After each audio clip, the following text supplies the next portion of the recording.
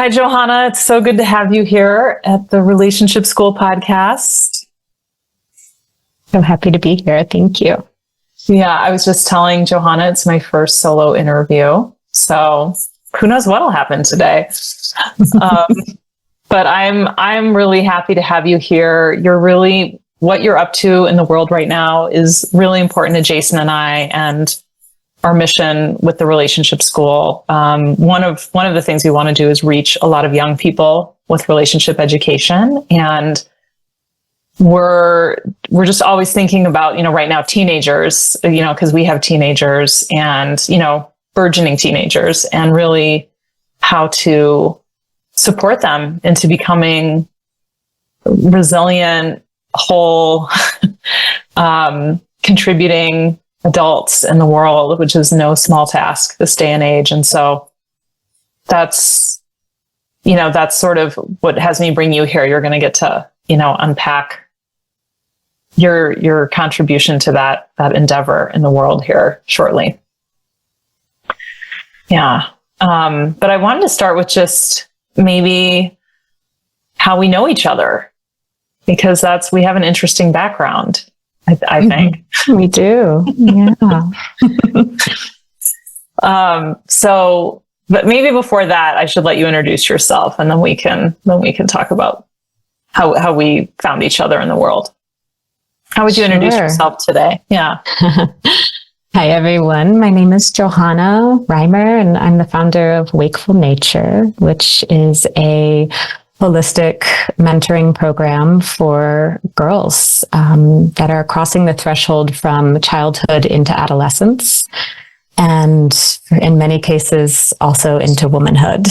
And, this is where our lives, our bio together actually comes in, because you, Ellen, are the one who whispered in my ear and told me I was a Waldorf teacher and didn't even know it.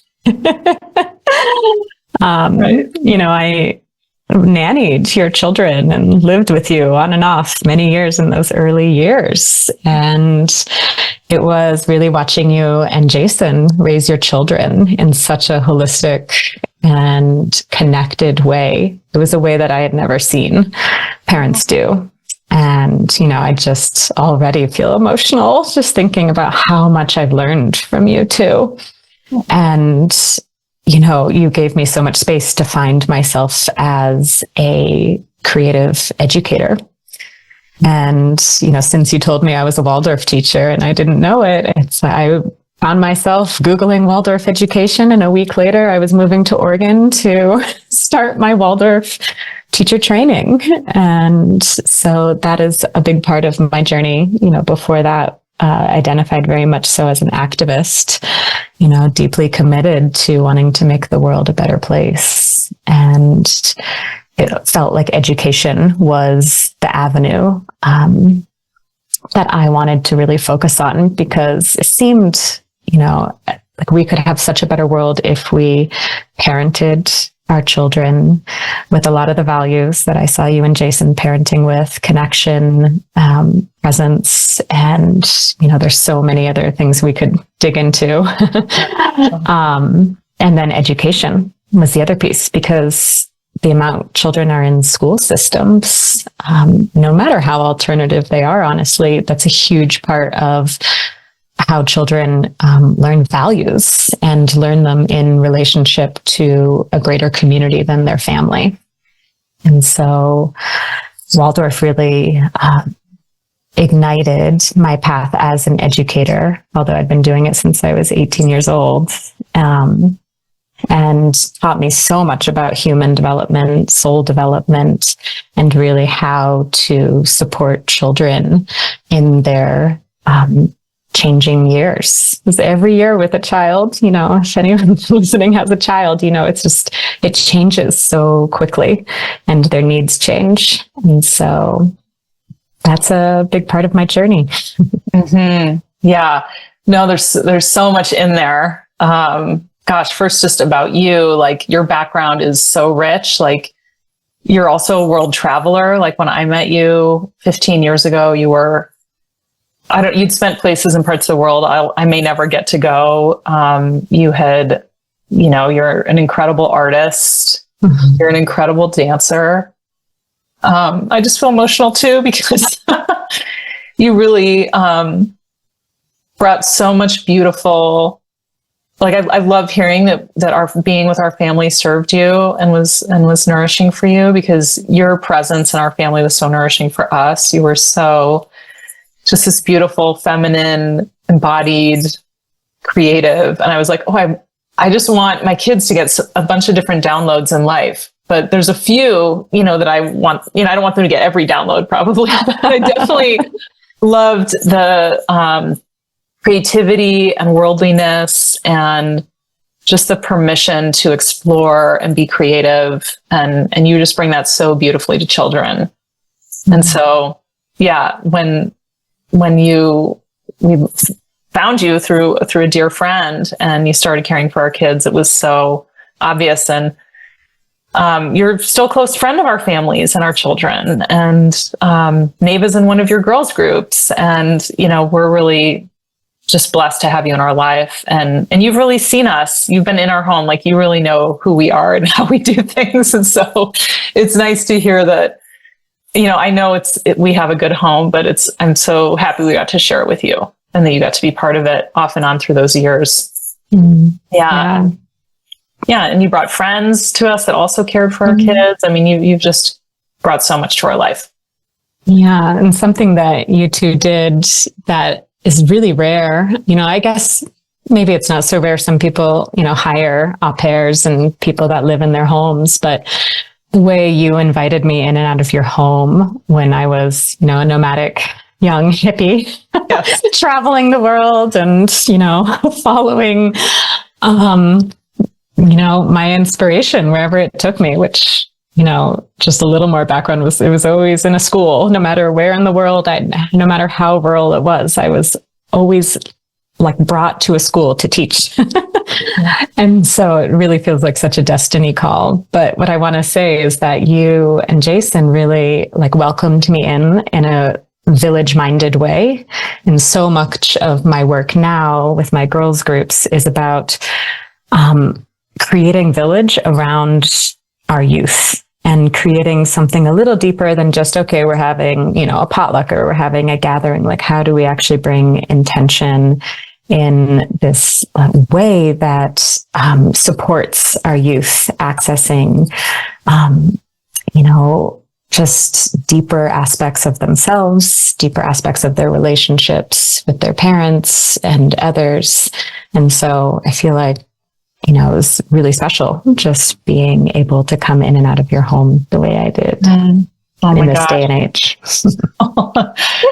Yeah, that's wonderful. And for us, it was great too, because we'd have these seamless transitions between us and the kids in those periods of time where you were between places and we had space for you. And I really got to feel like, oh, this is what it would be like if I had my sisters were nearby, or grandparents, and that, like you're saying, that village feeling where there's many hands to help with kids, and hardly anyone has that now, the way the world is set up. And it was so, I just was like, God, everyone should have this. Someone that loves their children, is so invested in them, is part of the day in and day out. It created so much ease.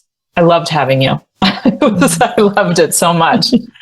And so did the kids. It was like, as they adore you. So those were wonderful phases. I'm so glad we got to do that. Totally. Yeah. Gosh. And yeah, maybe we'll talk about the girls groups, because you are speaking to this, something that you're really wanting to create for girls growing and becoming young women, these different phases of these thresholds that girls go through, and creating something that's, tell us about what it is you're wanting to create, I guess, in your words, and why. Yeah. I mean, what led me to offering girls groups was that I saw there was this big void in our culture. And I saw, that girls like, it's such a complex time, adolescence. And so many people disregard it because it's such a challenging time. It's like kind of they take a step back when I think what is actually needed is a step forward, a step in the direction of our young women, young men, however they identify, our youth.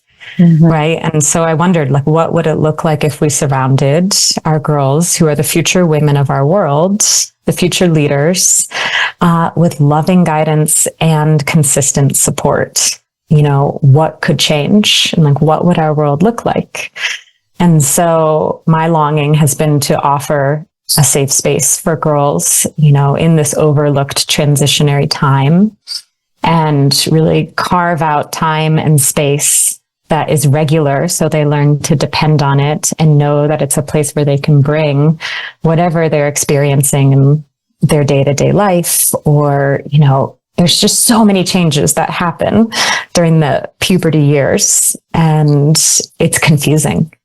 And I see a huge rise in anxiety during those years. And then, you know, there's the reality that a lot of parents are stepping back and giving them a lot more freedom that I don't know what the consequence of that is. You know, I don't know what the consequence of social media in, you know, young girls' lives. I'm pretty sure it's not positive. No. You know, it's really scary. And so where do they have to, like, bring their questions other than their home? And for some family systems, you know, they aren't like your and Jason's. Like, it's not a safe place to go.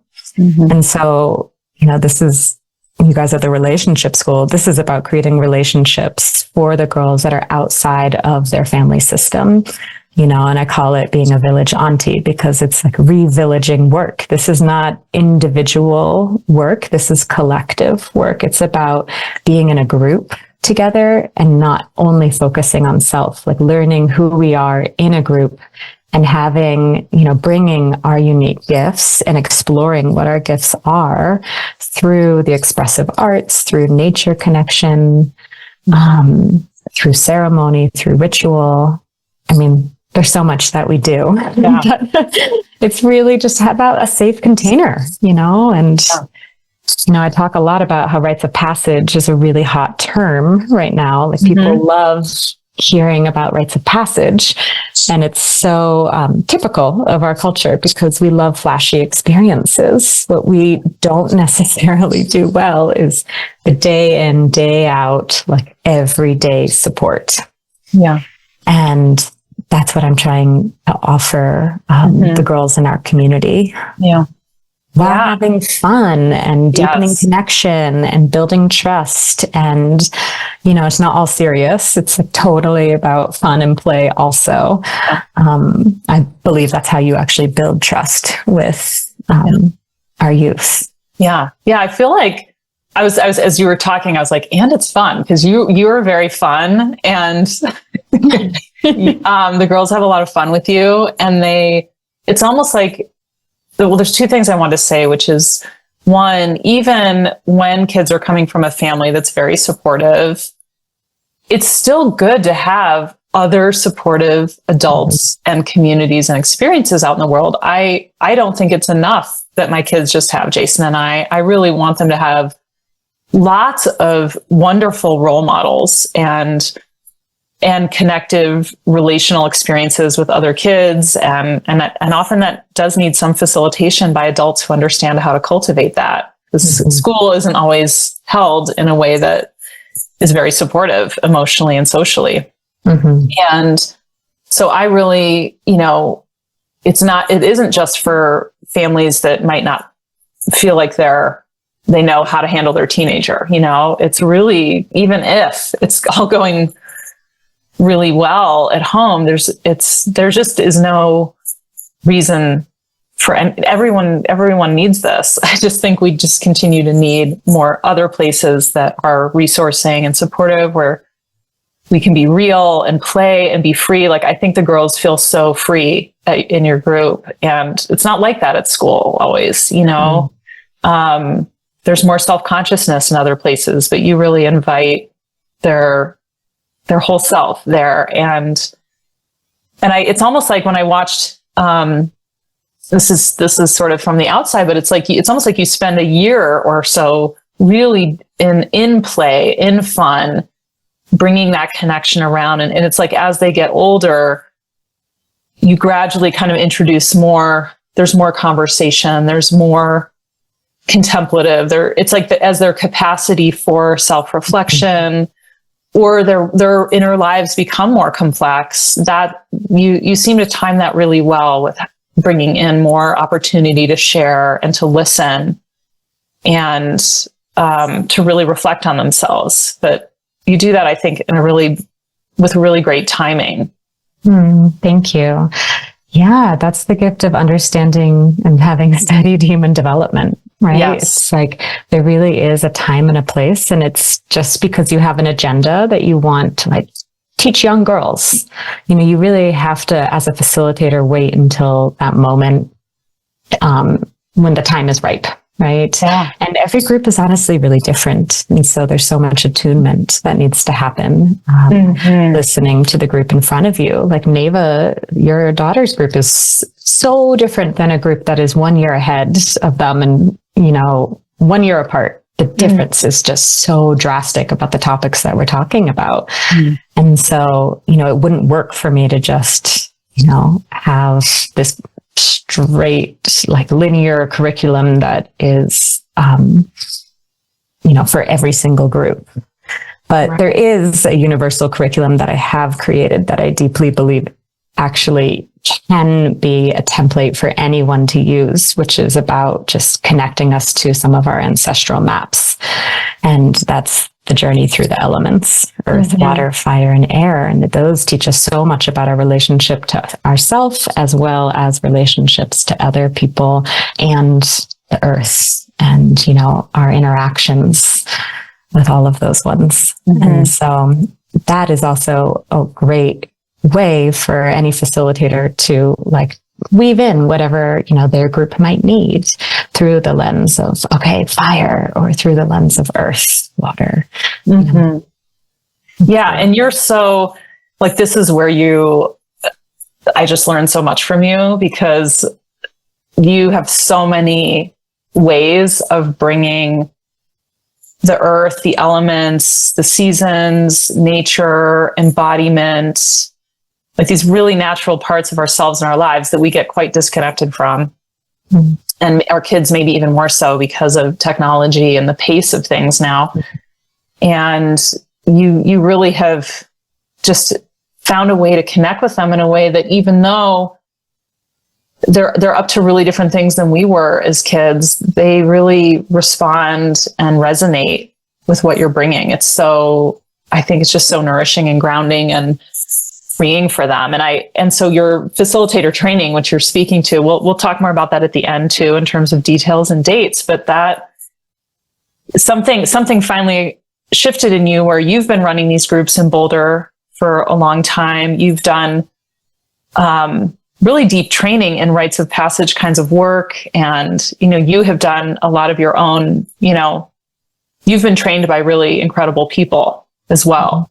And so you've been bringing that to our community in Boulder for, a decade or so. And then, and you've been working with children so much longer than that. And then now you've found a way to really offer anyone who wants to learn how to bring what you're bringing to our community, to their community, wherever they are. You've sort of in the last 6 months or a year really started to pull that all together. And now you have a training that you're offering. Yeah. I used to think that, I couldn't train anyone because I just do me. Right. You're like, it just comes, this is who I am. This is what I don't know. I can't tell anyone to do that. Yeah. And then I realized, no, actually for the past 10 years, I've cultivated a really incredible curriculum that feels like it touches the blueprint that all of us have as like ancient people. So it's really about like looking back to the ways of connection that our ancestors practiced, but also looking at the state of our world today, looking at the state of our youth. It's not just about like, we're going to do things the old way. It's like, no, we are creating a new way while looking to the past and to the future. And so, yeah, I think what I came to realize is that, you know, everyone has their own gifts. I was a dancer, I'm an artist, and, you know, world traveler and fun with kids, but other people have their unique set of gifts. And what my training is really like set up to do is to help people synthesize all of their gifts and have an avenue of delivery that is like deeply purposeful, deeply needed in their communities. I feel 100% confident saying that there is not a community out there that does not need this, because we are wired for this kind of connection. We're wired for initiatory rites of passage, and we deeply need to support our youth because the world is pretty crazy. Yeah. There's so much that they are exposed to. You know, there's so little accountability in this day and age. And there's just, I mean, we could talk about and lament about the problems, you know, for hours here, but this work is really a solution to meeting the needs of our youth today. And I deeply believe that with, you know, the Journey Through the Elements curriculum, that anyone can do it. They just have to really hone their gifts and, you know, learn some things about human development and facilitation skills. And then they have this delivery system. Yeah. Hey, quick interruption here. If you're in pain relationally and you need immediate support, our coaches can help you.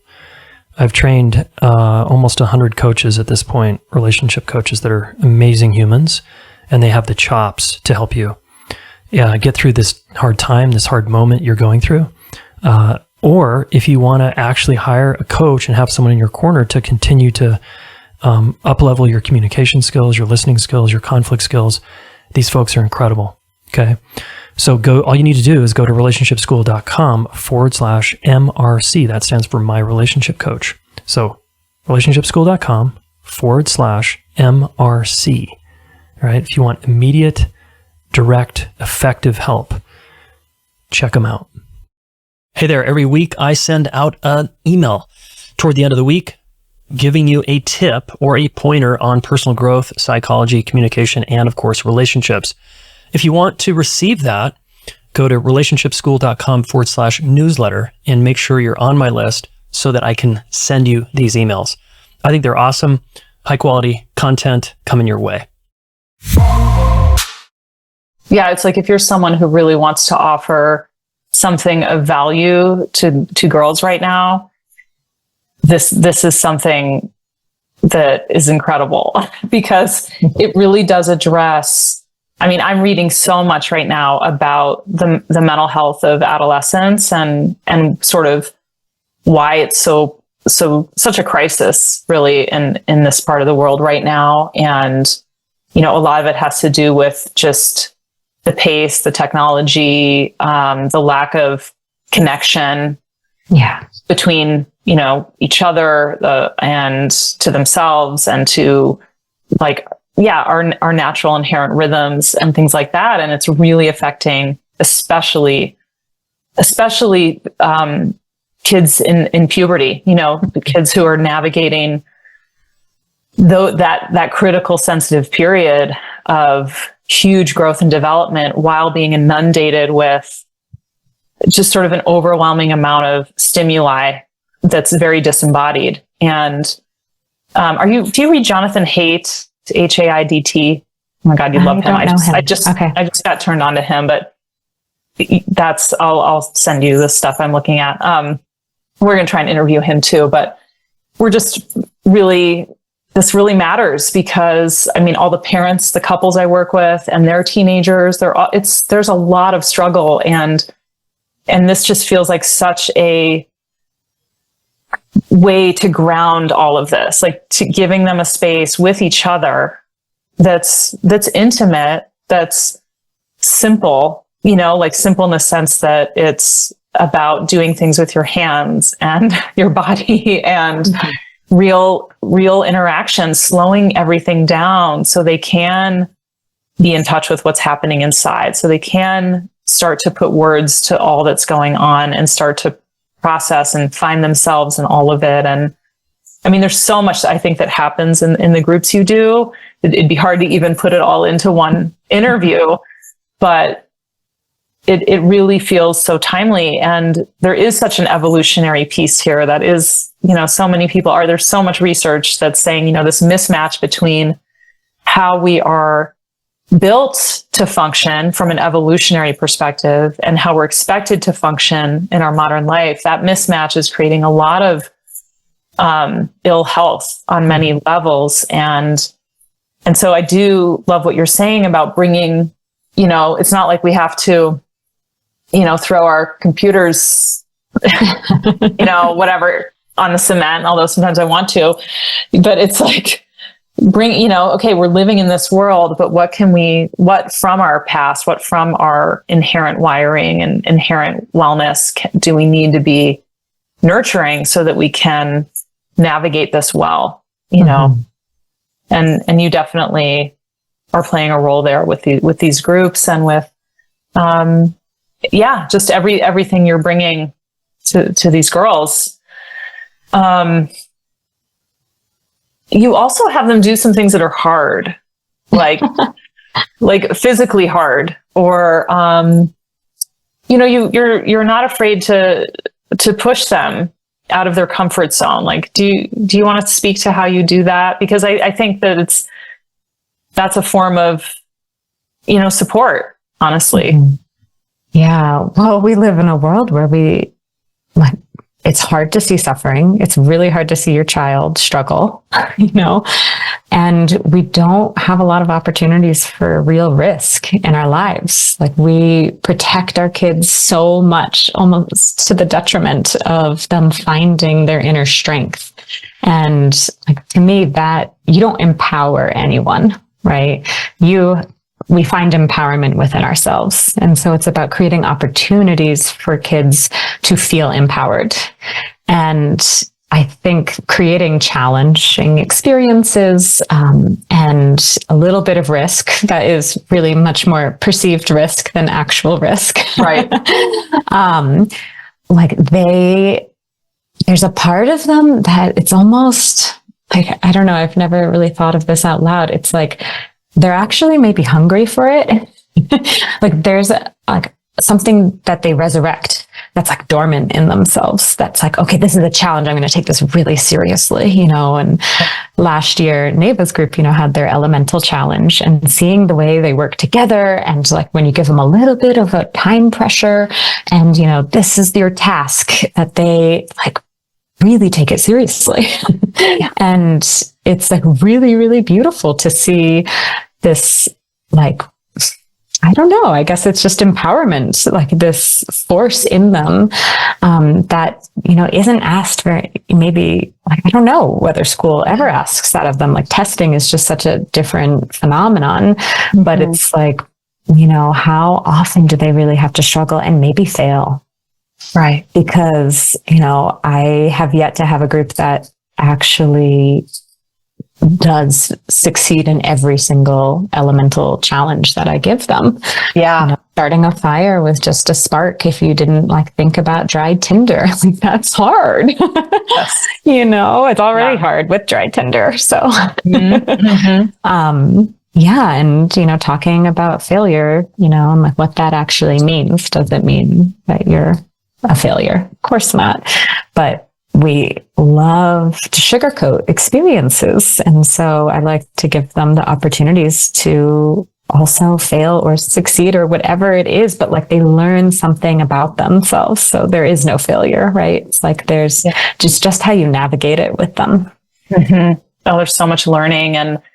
And I just love that the challenges feel very wilderness based and relationally based. They're really embodied and connected to the elements. And that, I do think that's rare. I mean, we've tried to prioritize that as a family, as a really rich, nature is a really rich place to challenge ourselves and learn about ourselves and connect with ourselves in something bigger than us.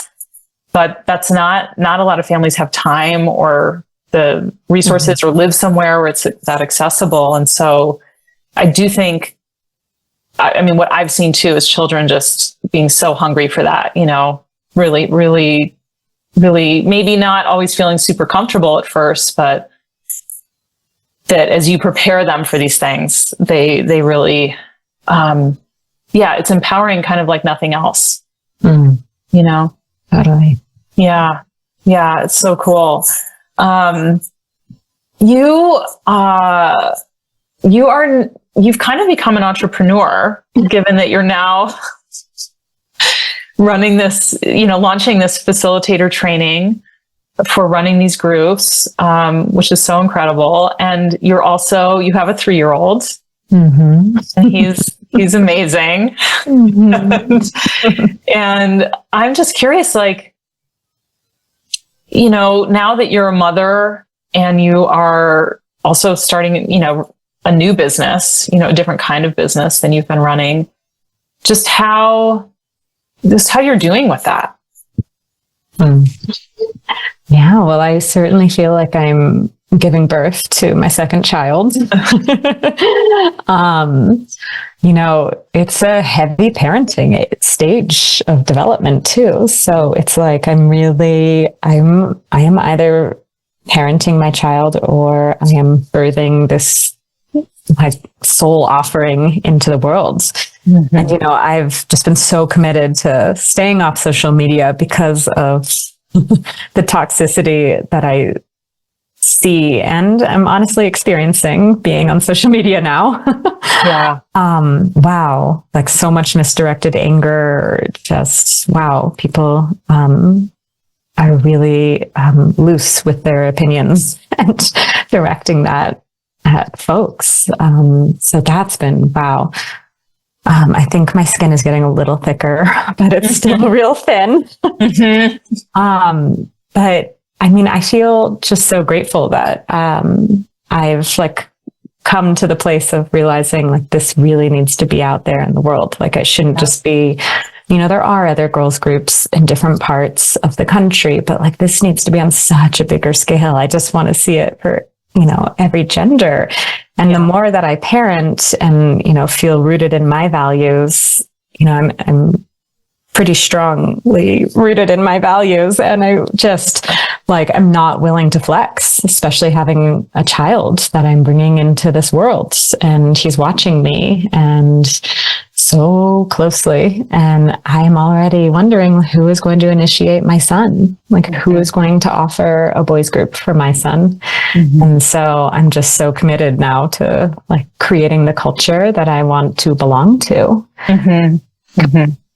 That is, I often say, if you see a void in the culture, it's your job to fill it. That's what you and Jason have done with the relationship school. And that's what I'm doing with this girls group work. And, it's there's not really an option for me.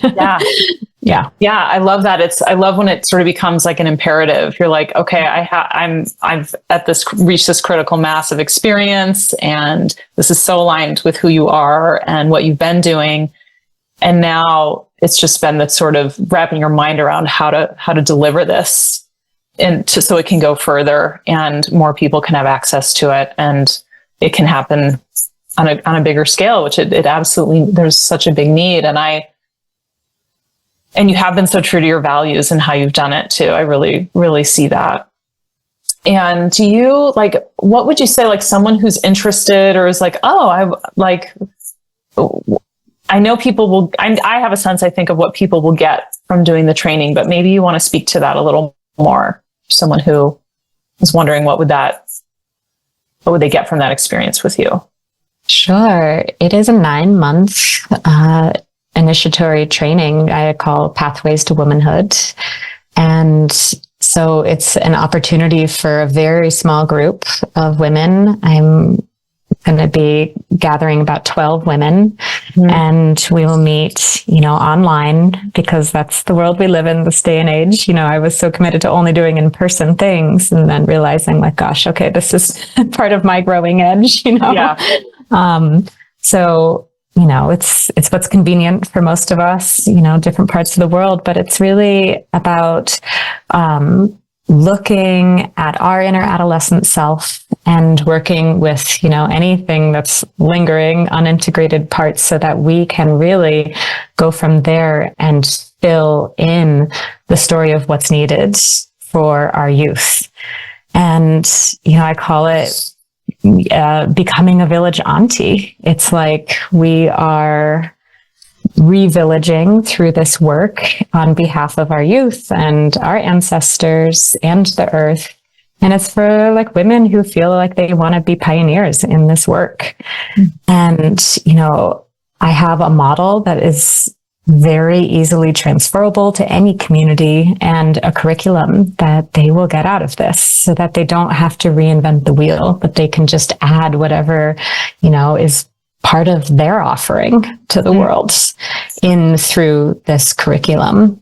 And, there'll be a deep dive into understanding adolescence and what are the developmental tasks of that age. And really what it means to be a mentor and a guide and a skilled facilitator of these circles. Because, you don't have to have worked with children before, but we're going to really hone our facilitation skills directed in the direction of adolescent youth and preteens as well. Because I really like to get the girls before they've hit puberty, because it's just this golden age. And so, they'll be given the maps and the tools and the songs and the rituals and the ceremonies. And my hope is just that they don't have to think really hard and plan as much as I did over the past 10 years, but so that they can just spread their wings and soar and take off with it for their community.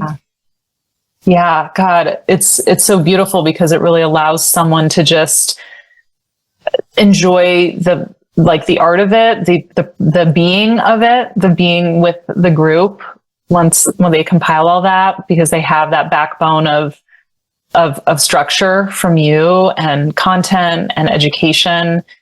And then, and I really trust you around that because of just your worldly life experience. You've lived and worked with children in many different cultures, in many, from very poor to very wealthy, socioeconomically and everything. You've had quite the range, and I just feel like that your way with this age group is so wonderful, and people have so much to learn from you. And I just really trust your capacity to put something together that really could be pulled into many different contexts and many different groups, and really, become something that really feels like it's one's own, but has this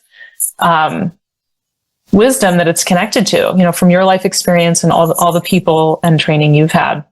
Thank you. So yeah, it's so wonderful. So I guess one more thing to add is that, this is I'm really trying to break out of the top down model too. And so it's the 12 women that gather. It's there's going to be a skill sharing that happens. There's going to be so many guest teachers, other village aunties that have been into my girls groups who, are steeped in whether it's grief work or storytelling or, working with parents. I have elders that are going to come and share their wisdom. And it's not just me teaching what I know, but it's about all of us coming together and really sharing what we have, what we've seen, and creating a little online village. Yeah. I mean, it's a beautiful women's group that will become that you'll have all these women that can then kind of start these groups for girls and developing them over time. I mean, it's really quite a beautiful web as I listen to it. Thank you. Yeah. So Jason has this question that he always asks his guests towards the end. So I'm going to ask you, which is, I think the basic gist of it is that if you imagine that you had an opportunity to say one thing to a group of 1,000 young people, let's say teenage girls, preteen teenage girls, what is the thing you would want to say to them? I struggle with the one thing. I know. That one is It's not really fair. Oh gosh. Depends who the group is. Yeah, right, right. I know. I guess what's just coming to mind right now, which I might change in a few moments, is that the world needs you just as you are. That you don't need to be like anybody else. You came here with a gift that is uniquely yours, and the world needs you to share it. I love that. Thank you. That's beautiful. Yeah, you're such a great role model for that. And so where can people find you? We'll put this all in the show notes. We'll put all the links, but if you want to speak to that. Sure. Yeah. Probably the best way to follow my work is Instagram. Okay. Wakeful.nature. And then I have a free workshop coming up on May 29th. And that is a workshop on becoming a village auntie and really being a matriarchal leader for your community. And so would love to have anyone who's interested in this work there. It'll be a 90-minute workshop, really like remembering our ancestral blueprints and learning what it means to be a village auntie and slow down, to be in relationship with the youth in our fast-paced world. And, discovering, how to guide and access preteen and teen girls and share our gifts. And so that's a great way to be connected. And then my facilitator training, the doors will be open only the month of June to that training, and I will only be offering it once a year. And so that's really the time, if anyone's called to the training, which starts in the fall and will go to summer solstice of 2025, to sign up. And Awesome. Fabulous. We'll put links to all of that in the notes, so they're there. Thank you so much for being here, Johannah. It's lovely to see you, and I just love you. And thank you for what you're offering to our community here in Boulder, and now to really anyone in the world who would like to access it. Likewise. Thank you so much.